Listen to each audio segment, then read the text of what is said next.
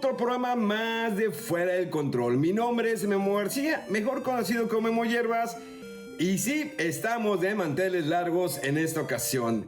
Pero primero que nada, gracias por estar en otro programa más de Fuera del Control. Un programa de videojuegos, de películas, cómics, anime, de todo lo que se nos ocurre del mundo geek, otaku, aquí platicar. Sobre todo estar con cada uno de ustedes, pues desde ya sea por YouTube, en la página de multimedios, en casita, donde quieran que nos estén viendo o en repeticiones. Hoy estamos muy contentos porque preparamos un especial muy bonito de Dragon Quest. Esta vez el editor le ponemos una estrellita porque se lució con todo este contenido que se está haciendo para ustedes, porque muchos a lo mejor no conocen esta franquicia que es Dragon Quest, que ha perdurado por más de 40 años. Acaba de cumplir, sí, ya 40 años, hace apenas unos días, con un evento que se anunciaron algunas cosas que ya lo platicamos más adelante. Pero este especial vamos a recorrer toda la historia de Dragon Quest.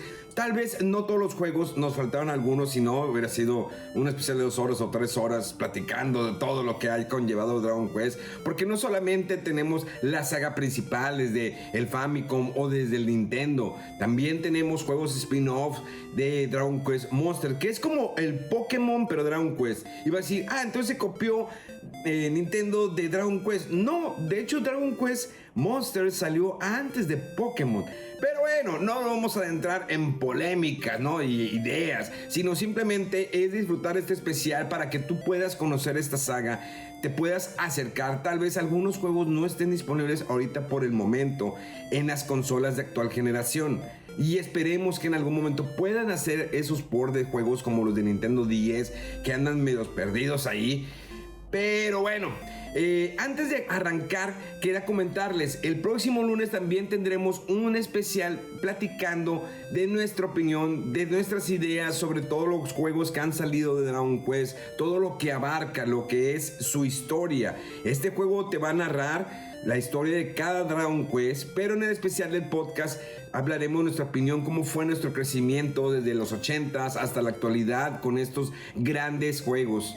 Te recuerdo que puedes seguir las redes sociales de Fuera del Control. Aquí están apareciendo en pantalla. Y si este programa lo estás viendo empezado o quieres volverlo a revivir, lo podrás tener en mi canal de YouTube completito, sin comerciales, sin nada, y puedas analizar a fondo todo lo que es Dragon Quest. Vamos a ir primero que nada con lo que son las noticias del evento que hubo hace unos días del 40 aniversario sobre los anuncios del Dragon Quest 12, del nuevo Dragon Quest Monster y que es lo que viene con Dragon Quest. Y luego vamos a proceder con toda la historia, ¿no? Empezando con los primeros juegos de Dragon Quest 1, Dragon Quest 2, Dragon Quest 3. ¿Por qué el cambio de nombre a Dragon Warrior aquí en América? Que eso, sin lugar a dudas, para muchos siempre fue ese ruido. ¿Por qué el cambio de nombre? ¿Por qué si era Dragon Quest? ¿Por qué Dragon Warrior? ¿Qué va a pasar con el arte de Akira Toriyama? La música de Sugiyama. Todo eso te lo vamos a ir platicando a través de este gran especial de Dragon Quest que preparamos para ustedes para que lo disfruten. Y sí, también tendremos especial de Legend of Zelda, pero eso será más adelante. Si vienen más juegos, esta semana tuvimos algunos lanzamientos como 007 Nightfire, este juego que salió para Xbox, PlayStation y también para PC. Está próximo también a salir para Nintendo Switch 2 en verano. Ahí se retrasó un poquito. Gran juego, déjenme decirle. A mí me fascinó el este 007 First Light, perdón. Que, híjoles, me recordó mucho a esa esencia que empezaron a trabajar con los juegos de GameCube de James Bond. Y hace mucho que no teníamos un juego de James Bond. Sin embargo, este es un James Bond joven. Pero de ese juego te hablaremos la próxima semana. Solamente, pues, quería como que adelantarte algo. Si quieres saber más, puedes ir a mis redes sociales, donde subimos una pequeña reseña si todavía te duda de comprar este juego de 007 First Light. Vamos a arrancar con las novedades de Dragon Quest del aniversario, del 40 aniversario, que fue lo que nos presentaron, y luego arrancaremos con la historia, conocer esta gran saga y por qué deberías jugarla. Así que vamos a darle, pues como diríamos nuestro buen Fede Lobo, ¡púchale play! No, ¿verdad? Oigan, vámonos con este especial de Dragon Quest de 40 años aquí en Fuera de Control. ¡Vámonos! Lo más importante del evento del 40 aniversario de Dragon Quest fue que finalmente volvimos a ver movimiento real de Dragon Quest 12 Beyond Dreams, un proyecto que muchos fans pensaban que estaba atrapado en el limbo tras varios años sin información concreta. Square Enix confirmó que el juego pasó por una reestructuración interna de desarrollo. Como parte de estos cambios, el título dejó atrás el nombre de Dragon Quest 12 The Flames of Fate para convertirse oficialmente en Dragon Quest 12 Beyond Dreams. También se presentó un nuevo logotipo y se mostró breves secuencias de gameplay en desarrollo acompañadas por mensajes de su creador Yuji Horii y del productor ejecutivo Yosuke Saito. Aunque todavía no hay fecha de lanzamiento, el mensaje principal fue claro: Dragon Quest sigue vivo y avanzando. Otro de los anuncios destacados fue Dragon Quest Monster The Wither World, una nueva entrega de la popular serie de captura y entrenamiento de monstruos. El juego llegará a Nintendo Switch 2, Nintendo Switch, PlayStation 5, Xbox Series X, S y PC. Una de las mayores sorpresas fue el regreso de Bianca y Nera, dos personajes muy queridos por los fans que originalmente aparecieron en Dragon Quest V, una de las entregas más recordadas de toda la franquicia. También se anunció Dragon Quest XI Echoes of the Silver Age, que tendrá una versión para Nintendo Switch 2, con lanzamiento programado para el 24 de septiembre. Esta edición incluirá dos modos gráficos, uno enfocado en ofrecer la mejor calidad visual posible y otro enfocado en mantener una mayor fluidez mediante una tasa de cuadros por segundo más alta. En el terreno móvil, Dragon Quest Smash Grove celebra el aniversario con eventos especiales dentro del juego. Entre ellos destaca una batalla cooperativa contra el ejército del Dragon Lord, recompensas exclusivas inspiradas en la princesa Gauntlet y regalos para los jugadores que incluyen hasta 1000 gemas gratuitas. Finalmente, la compañía reveló una cifra importante para la franquicia. Dragon Quest 1 y 2 HD 2D Remake, junto con Dragon Quest 3 HD 2D Remake, han superado los 4 millones de copias vendidas a nivel mundial, demostrando que incluso los capítulos más clásicos de la saga siguen teniendo una enorme relevancia entre los jugadores actuales. En resumen, el evento del 40 aniversario tuvo un mensaje muy claro: celebrar el pasado de Dragon Quest, reconocer el éxito de los remakes HD 2D y al mismo tiempo mostrar que el futuro de la franquicia ya está en marcha con Dragon Quest 12 y una nueva generación de aventuras.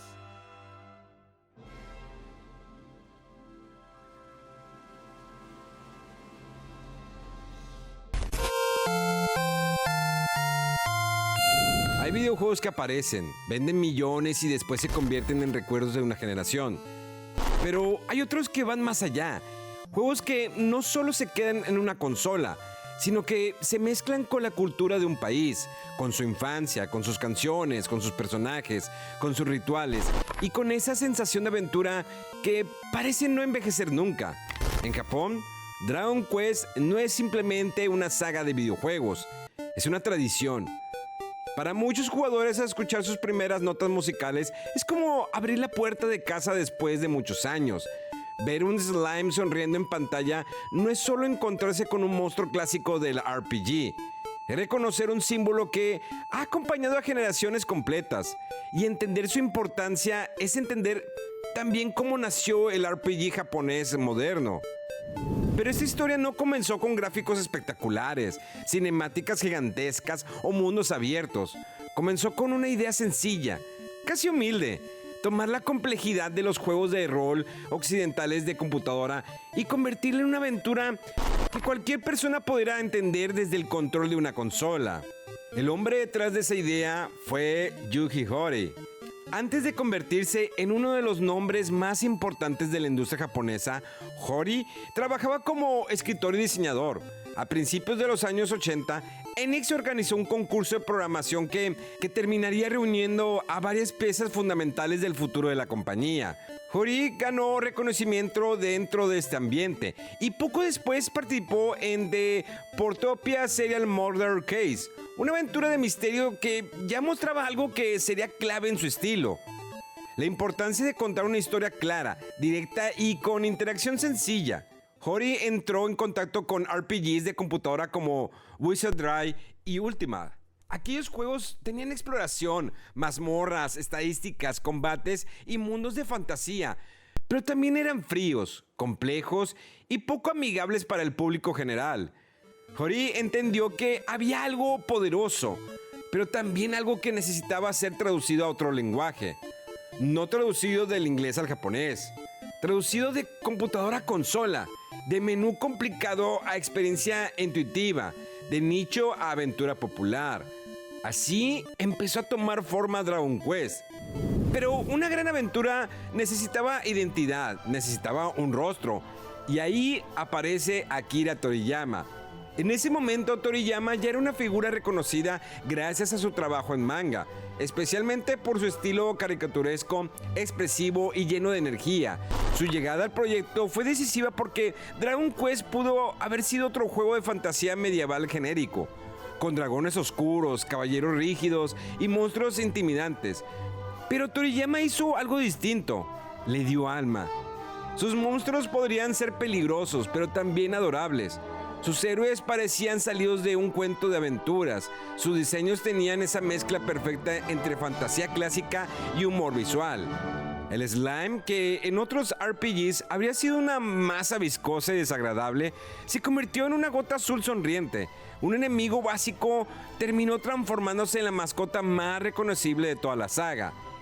Y si Toriyama le dio rostro a Dragon Quest, Koichi Sugiyama le dio memoria. Sugiyama era un compositor con experiencia en televisión, publicidad y música orquestal. Su llegada también tiene algo de leyenda. Quedó impresionado con el trabajo de Enix, envió comentarios a la compañía y eso abrió la puerta para que terminara componiendo para sus juegos. Cuando su música se unió a Dragon Quest, la saga encontró una voz propia.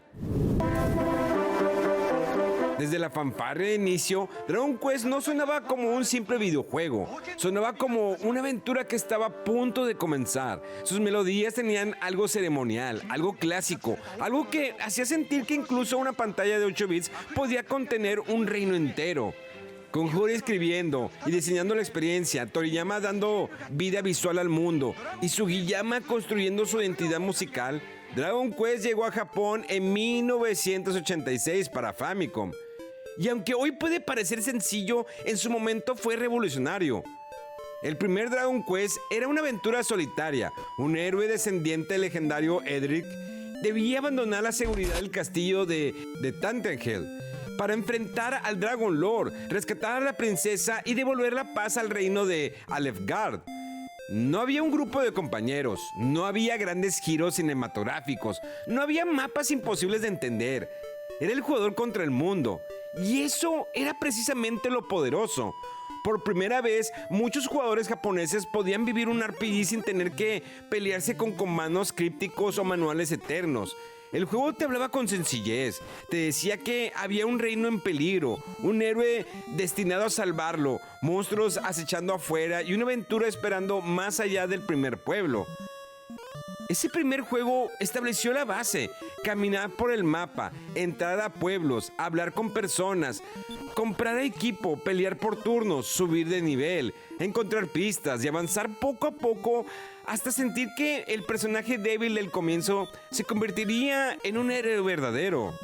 La magia de Dragon Quest estaba en esa progresión, en salir con miedo de la primera ciudad y regresar después con una espada mejor, en aprender que cada combate importaba, en descubrir que una aventura épica también podía construirse con pasos pequeños.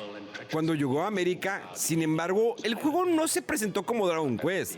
Se llamó Dragon Warrior. El cambio se debió a problemas de marca, porque el nombre Dragon Quest ya estaba asociado en Estados Unidos con otro producto de rol de mesa.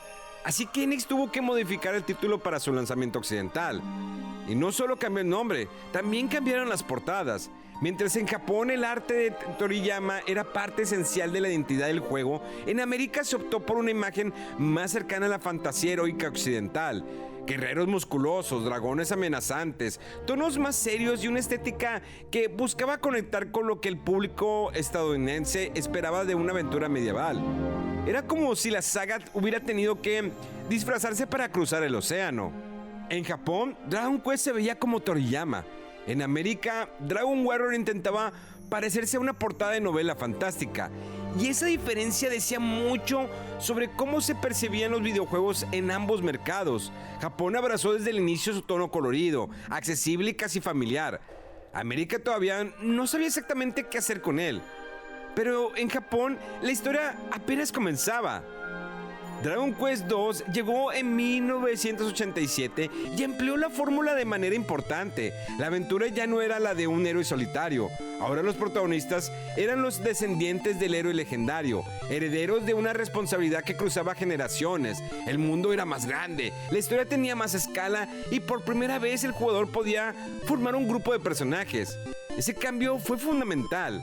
La saga dejó de tratarse únicamente de un género enfrentando al mal y comenzó a explorar la idea de la herencia. El heroísmo ya no era una carga individual, sino algo que pasaba de generación en generación. Los descendientes de Edric no solo peleaban por salvar un reino, peleaban por estar a la altura de una leyenda. También cambió la forma de jugar. Tener varios personajes significaba nuevas estrategias, nuevas clases de habilidades, más posibilidades durante los combates y una sensación de compañía que el primer juego no tenía. Dragon Quest II fue más ambicioso, más difícil y más amplio. A veces incluso demasiado exigente, pero también fue el paso natural para demostrar que esta saga podía crecer.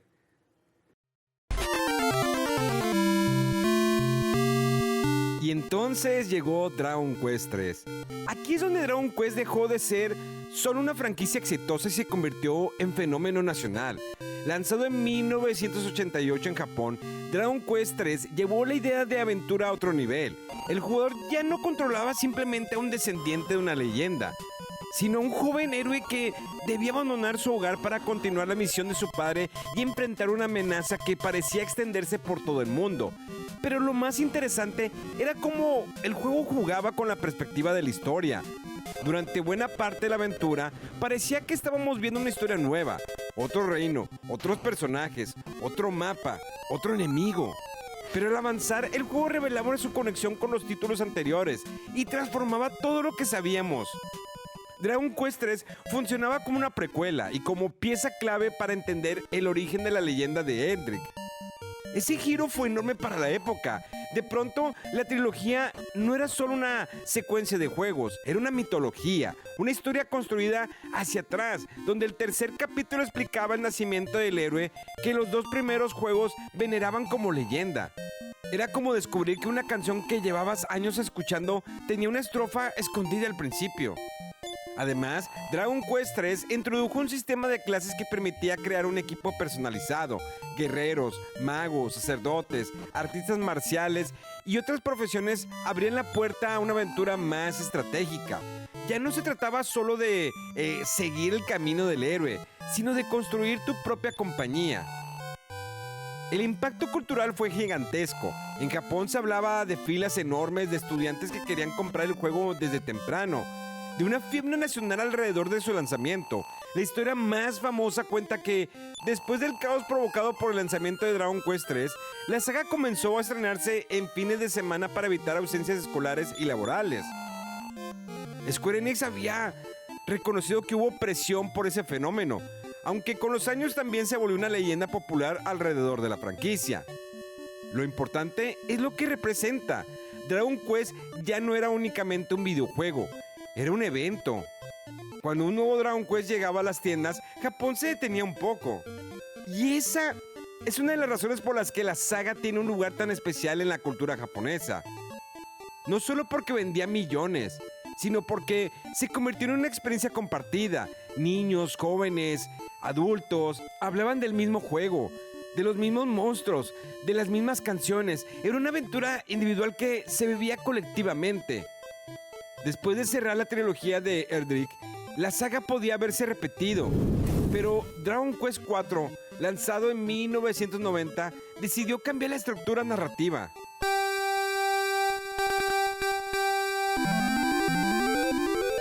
En lugar de comenzar directamente con el héroe principal, el juego se dividía en capítulos. Cada capítulo presentaba a diferentes personajes: guerreros, comerciantes, princesas, magos, personas con sus propias motivaciones y pequeñas historias. Al principio parecían aventuras separadas, casi cuentos dentro de un mismo libro, pero poco a poco todos esos caminos se unían alrededor de una amenaza común.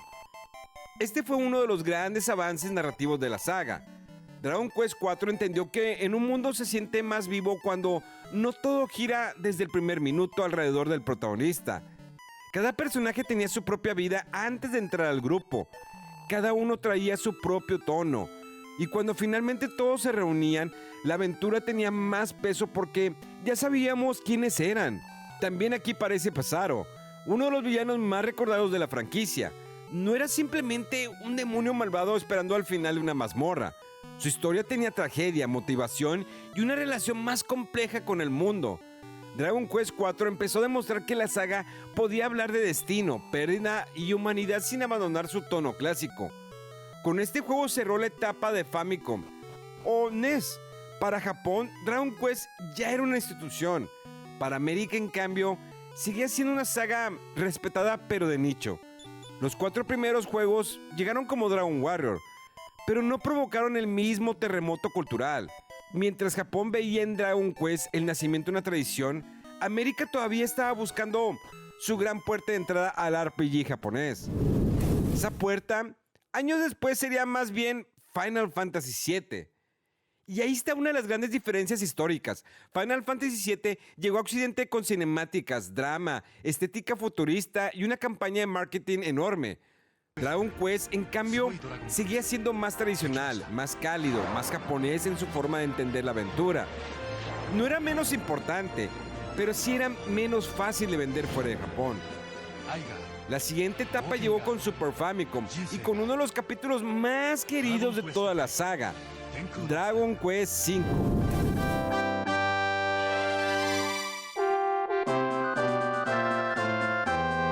Lanzado en Japón en 1992.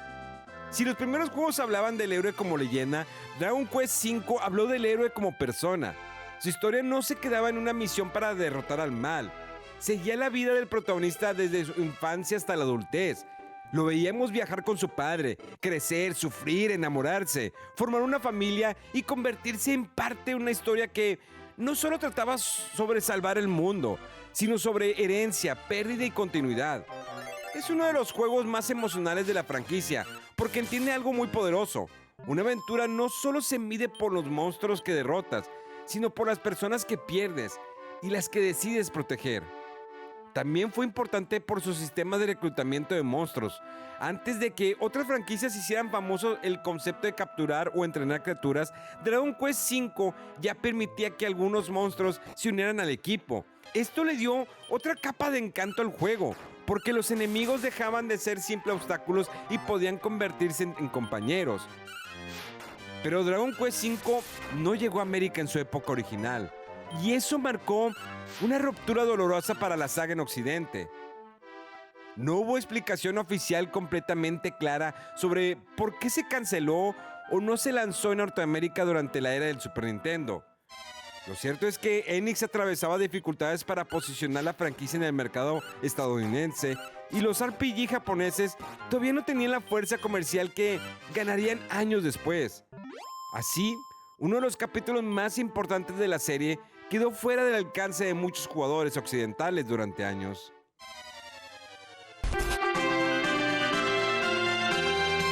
Lo mismo ocurrió con Dragon Quest VI, lanzado en Japón en 1995. Este juego cerraba la llamada trilogía de Zenithia.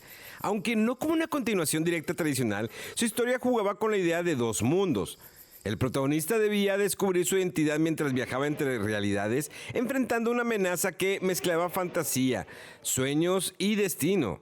Dragon Quest VI también expandió el sistema de vocaciones, permitiendo que los personajes cambiaran de clase y desarrollaran habilidades de manera más flexible. Era un juego más grande, más complejo y más experimental, pero de nuevo no llegó a América en su lanzamiento original. Durante años, para muchos fans occidentales, Dragon Quest V y Dragon Quest VI fueron capítulos perdidos.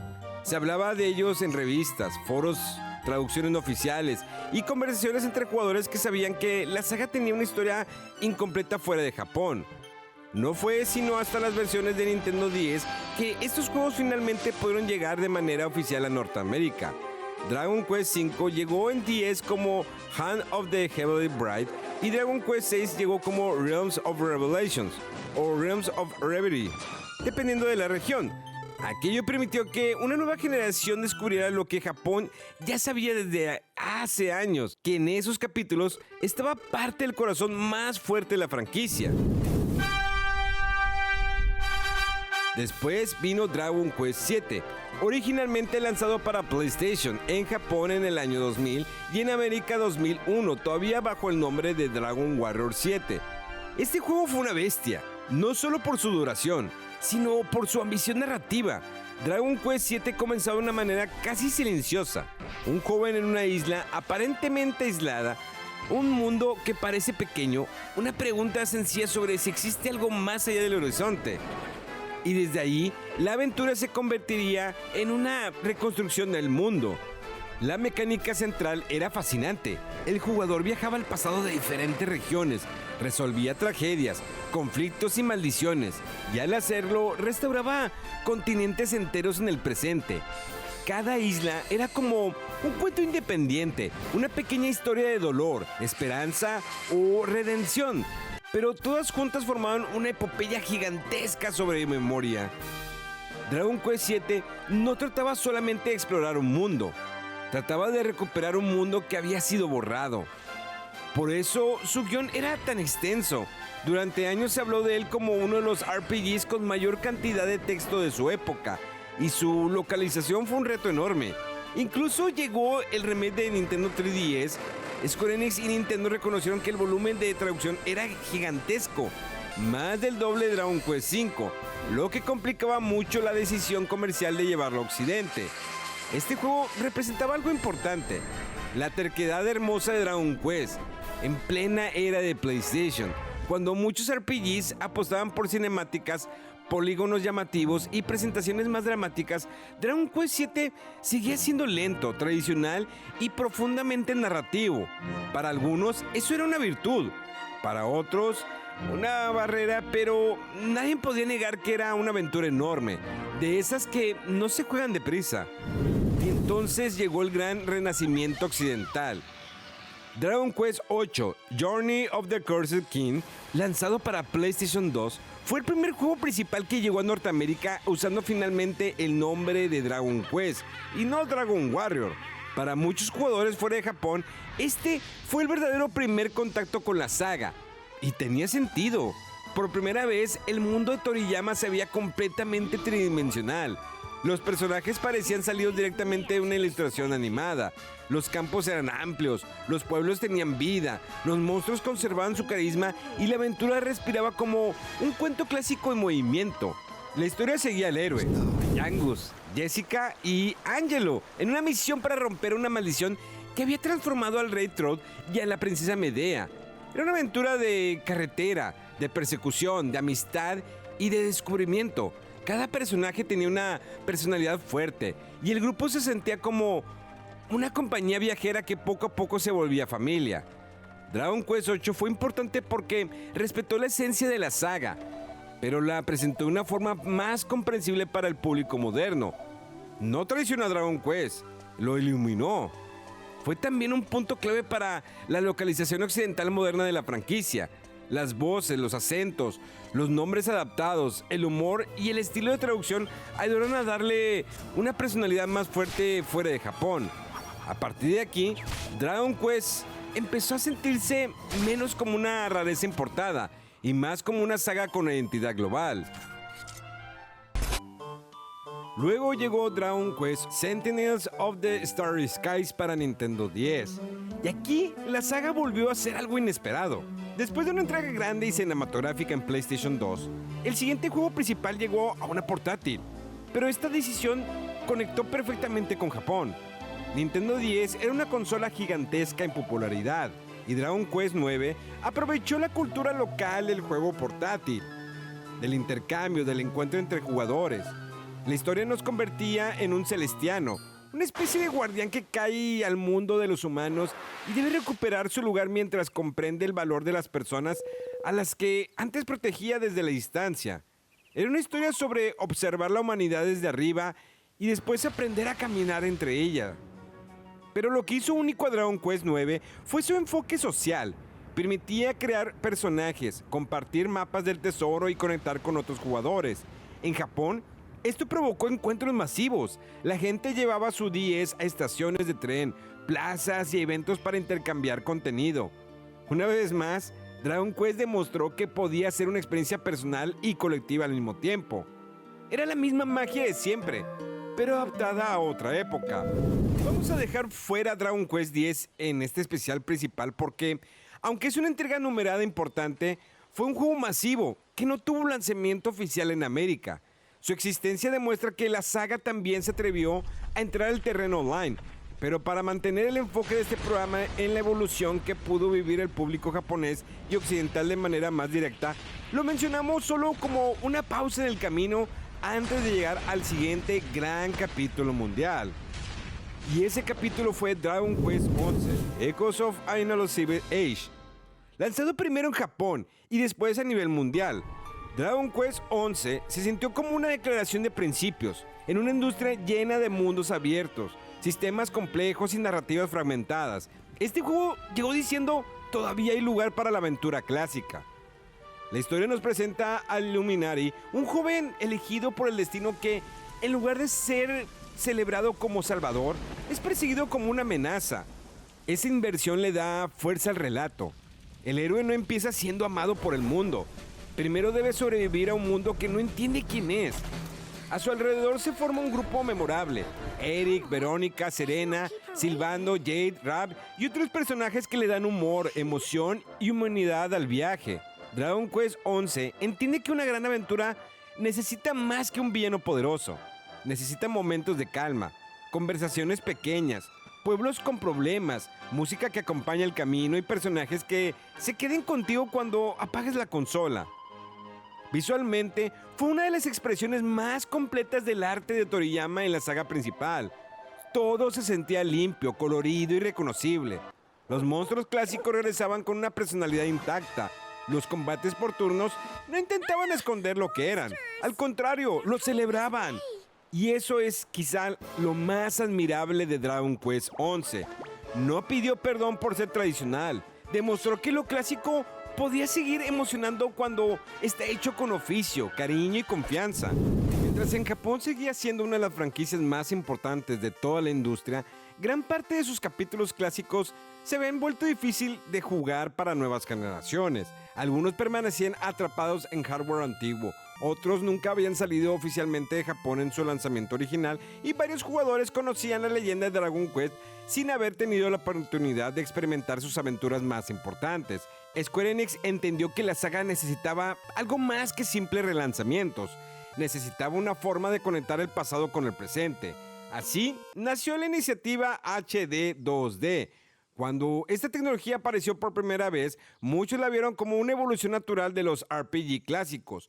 Los escenarios conservaban el encanto visual de la era de los sprites, pero ahora estaban construidos con profundidad tridimensional, efectos de iluminación avanzados, sombras dinámicas, partículas ambientales y una presentación cinematográfica imposible de imaginar durante la época de Super Nintendo. Era una manera de modernizar sin reemplazar, de respetar el recuerdo que los jugadores tenían de aquellos mundos mientras se les daba una nueva vida. Y para encabezar este esfuerzo, Square Enix eligió una aventura que ocupaba un lugar casi sagrado dentro de la historia de la franquicia: Dragon Quest III. La elección no fue casual. Durante décadas, Dragon Quest III ha sido considerado por muchos jugadores japoneses como uno de los RPG más importantes jamás creados. Fue el juego que convirtió a Dragon Quest en un fenómeno nacional, el título que llevó la fórmula de la saga a un nuevo nivel gracias a su enorme mundo, su sistema de clases y uno de los giros narrativos más recordados de toda la historia del género. Su remake HD 2D no buscó reinventar la aventura. Su objetivo era permitir que una nueva generación pudiera descubrir por qué este juego sigue siendo tan importante casi 40 años después de su lanzamiento original. Los pueblos volvieron a cobrar vida con detalles nunca antes vistos. Los océanos, montañas y bosques adquirieron una profundidad visual espectacular. Los combates conservaron su esencia clásica, pero acompañados por nuevas animaciones, mejoras de interfaz y una presentación mucho más dinámica. Lo más importante es que el remake logró algo difícil: mantener intacta la sensación de aventura que hizo especial al original. Tras el éxito de Dragon Quest 3 HD 2D Remake, Square Enix confirmó que el viaje continuaría con Dragon Quest 1 y 2, permitiendo que toda la trilogía de Erdrick pudiera experimentarse con una misma identidad visual y tecnológica. Y la respuesta del público fue contundente. Durante las celebraciones del 40 aniversario de la franquicia, Square Enix confirmó que los remakes HD 2D de la trilogía de Erdrick ya habían superado los 4 millones de copias vendidas a nivel mundial. Una cifra que demuestra que estas aventuras clásicas siguen teniendo la capacidad de emocionar tanto a quienes las jugaron en los años 80 como a quienes apenas están descubriéndolas. Pero la preservación del legado de Dragon Quest no terminó ahí. Mientras los remakes HD 2D miraban hacia los orígenes de la saga, otro proyecto buscó rescatar una de sus aventuras más ambiciosas, Dragon Quest VII reimaginado. Si Dragon Quest 3 representaba el nacimiento de una leyenda, Dragon Quest 7 presentaba la madurez narrativa de la franquicia. Originalmente lanzado para PlayStation en el año 2000, Dragon Quest 7 fue una aventura gigantesca. Su historia era tan extensa que muchos jugadores podían pasar más de 100 horas explorando su mundo. Su guión era considerado uno de los más largos jamás escritos para un videojuego de rol en aquella época, y su estructura narrativa se alejaba de casi todo lo que la serie había hecho anteriormente. En lugar de contar una sola gran historia lineal, Dragon Quest VII estaba compuesto por decenas de relatos interconectados. Cada isla representaba una tragedia diferente, un conflicto distinto o una historia de redención. El jugador viajaba constantemente entre pasado y presente, observando cómo sus acciones transformaban el destino de pueblos enteros. El proyecto modernizó los sistemas de exploración, aceleró algunos de los segmentos más lentos del original, renovó completamente el apartado visual y amplió numerosas secuencias narrativas para profundizar todavía más en sus personajes y en las historias de cada región. Lo interesante es que, mientras muchos remakes actuales intentan convertir títulos clásicos en experiencias completamente distintas, Dragon Quest VII reimaginado siguió una filosofía muy parecida a la utilizada en los remakes HD 2D. Respetar la esencia original. La intención nunca fue reemplazar al juego clásico. La intención era permitir que más personas pudieran descubrirlo. Y eso dice mucho sobre la filosofía actual de este juego. Mientras otras franquicias persiguen constantemente las tendencias del momento, Dragon Quest parece haber encontrado un equilibrio muy particular entre tradición e innovación. Por un lado, prepara el futuro con proyectos como Dragon Quest XII Beyond Dreams. Por otro, rescata cuidadosamente las aventuras que construyeron su legado. Porque para Dragon Quest, mirar hacia adelante no significa olvidar de dónde viene. Y quizás esa sea la razón por la que, 40 años después de su nacimiento, sigue siendo una de las sagas más queridas de toda la historia de los videojuegos. A lo largo de todos estos años, Dragon Quest ha cambiado de consola, de tecnología y de escala. Pasó del Famicom al Super Famicom, del PlayStation al PlayStation 2, del Nintendo 10 a las consolas modernas, pero su esencia se ha mantenido sorprendentemente firme. Un héroe, un mundo en peligro, un pueblo tranquilo, un castillo, un slime, una melodía que anuncia que la aventura está por comenzar. Y eso explica por qué la saga es tan importante en Japón, porque Dragon Quest no solo evolucionó con sus jugadores, los acompañó. Para muchos fue el primer RPG, para otros fue el juego que compartieron con sus hermanos, con sus amigos, con sus hijos. Sus lanzamientos se volvieron acontecimientos, sus monstruos parte de la cultura popular, su música parte del imaginario colectivo japonés. Mientras otras sagas cambiaron constantemente para alcanzar el futuro, Dragon Quest encontró otra forma de sobrevivir, mantener viva la sensación de aventura clásica. Y eso no significó quedarse atrás, significa proteger algo. En una época donde muchos juegos quieren ser enormes, oscuros, complicados o cinematográficos, Dragon Quest sigue recordándonos que la aventura también puede empezar de la manera más sencilla, saliendo de un pueblo, con una espada modesta, unas cuantas monedas y la promesa de que más allá del horizonte hay algo esperando. Quizá por eso sigue importando, porque Dragon Quest no trata únicamente de derrotar dragones o salvar reinos, trata de crecer, de caminar, de perderse, de encontrar compañeros, de descubrir que incluso el héroe más legendario empezó siendo alguien pequeño frente a un mundo inmenso. Y tal vez esa sea la razón por la que casi 4 décadas después, seguimos regresando. No solo para jugar otra historia, sino para volver a sentir esa primera emoción. La de abrir un mapa, escuchar una fanfarria y entender que, una vez más, la aventura acaba de comenzar. Oigan, hemos llegado al final de este mega especial de Fuera del Control de 40 años de Dragon Quest. ¿Les gustó esta aventura por medio de su televisor, computadora, celular, donde nos estuvieran viendo? ¿Les gustaría más estos especiales? La verdad, para nosotros significó un arduo trabajo. Hasta el editor dijo, ya quiero jugar los Dragon Quest. ¿Por qué no? Claro, vale la pena que ustedes adentren en esta gran aventura de los RPGs clásicos, que son... no se han perdido, sin embargo, se han modificado a través de los años y Dragon Quest ha mantenido esa esencia. Muchas gracias. Si quieres revivir este especial, la próxima semana lo podrás encontrar en mi canal de YouTube de Memo Viajero.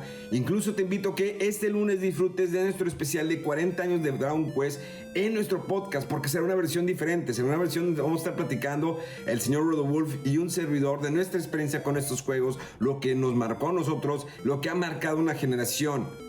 Vaya a verlo, suscríbete en estos momentos a mi canal o incluso en Spotify podrás verlo en video o escucharlo, como tú quieras, ya sea narrado y demás. Pero bueno, oigan, gracias por habernos acompañado en este mega especial de Dragon Quest. Nos vemos la próxima semana. Hay muchas reseñas, hay mucho que platicar porque hay evento la próxima semana y eso se pone cada vez mejor. Esto fue y será Fuera del Control. ¡Vámonos!